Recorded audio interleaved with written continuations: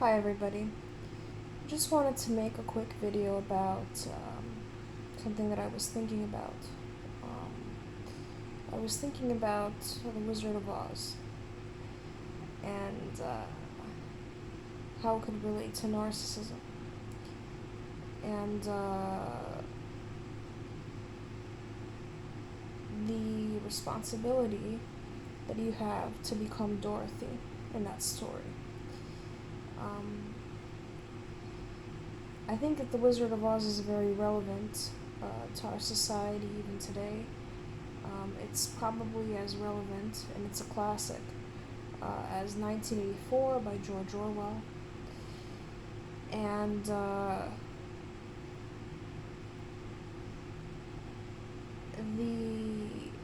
whole premise of the Wizard of Oz story is that Dorothy is an innocent girl, and she goes out into the world. And in the course of in the course of traveling to different places, she ends up in situations where she's confronted with evil. She meets the Wicked Witch of the West, and then she meets some friends that all have defects in their character, or they have doubts about themselves. So one of them has, is missing a brain. Another one thinks he's missing a heart. The other one thinks he's missing, such and such. I forgot the other character. And she travels to the land of Oz with the hope of finding an answer to all her doubts and her beliefs. And she comes to Oz, and everybody in Oz is enamored with the wizard, because this wizard has all of the answers to life's problems. And in the end, she realizes, and her friends realize, that the wizard is just pulling everybody's legs. He doesn't really have all the answers, and the only power he has is the capacity to create the illusion that he knows more than everybody else. When she leaves the land of Oz,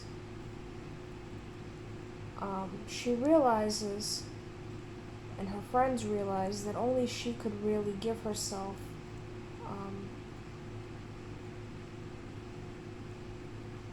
the correct path in life. Nobody else is empowered more than she is, and that there's no place like home. And the whole idea of there's no place like home is that nobody in the world has the answers more than you have the answers to your own life. And if there's anything that we can take out of this whole situation, is that regardless of where you are, regardless of what's happening in your life at this moment, you have the God principle in you. You have the capacity to create something. And that capacity is present in every moment of your life until you die. And the tragedy of narcissistic abuse is that the wizard and, the flying monkeys and the Wicked Witch of the West detach you from that capacity. So in the end, after all is said and done, we have to be like Dorothy and return home and return to the idea that we have God within us. We have the capability of manifesting something. And whatever we manifest is in and of itself valuable. And we don't need the wizard to tell us, you know, that what we do is important. Um, and therapists will continually pathologize narcissist victims and continually pathologize Dorothy because there's an assumption that uh, there are two sides to every story, that there's some sort of, value in what the narcissist thinks about you, and the conflicts that they create in your life are, a manifestation of some sort of flaws within you.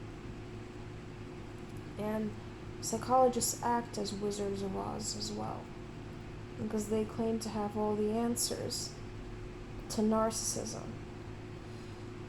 But after studying these topics for many years, it's been already 7 years, I've come to the conclusion that there's very little value in what people have to say about complex PTSD, because complex PTSD is a disease of the mind and the physiology. It's a disease where you go through excruciating pain if you manifest things that you like. And this is a direct result of the gulag that you were in for many years. And so in my opinion, the best treatment for people with complex PTSD is the Dorothy Effect, like the internal treatment of the soul, like getting in touch with your soul, getting in touch with the things that give you a sense of light, a sense of propriety over yourself. And the difficulty of treating complex PTSD is that nobody can do it for you. It's a problem that only you can really resolve.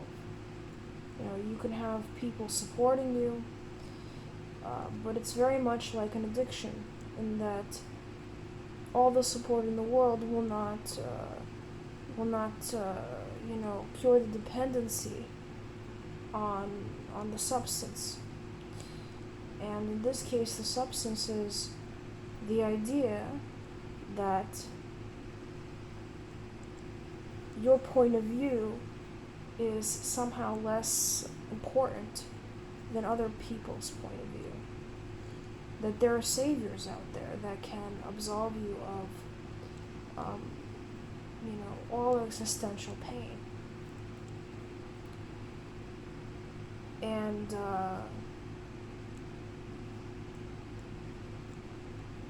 that's the issue. There needs to be a reliance on the inner voice in order to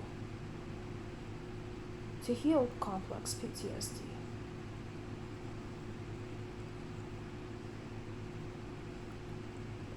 That's what I drew out of it.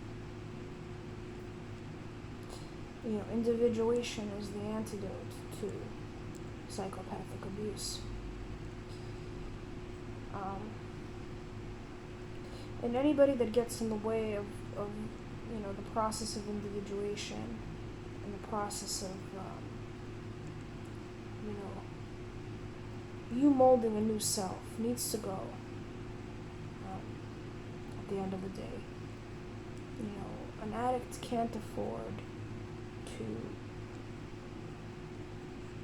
allow people in their lives that are going to undermine their recovery, in the end. And you have to detach yourself from people that have dependency issues on narcissists, and also detach away from people that are narcissists. your internal peace is the most important thing in recovery. If somebody gets in the way of your peace, remove them. It's as simple as that.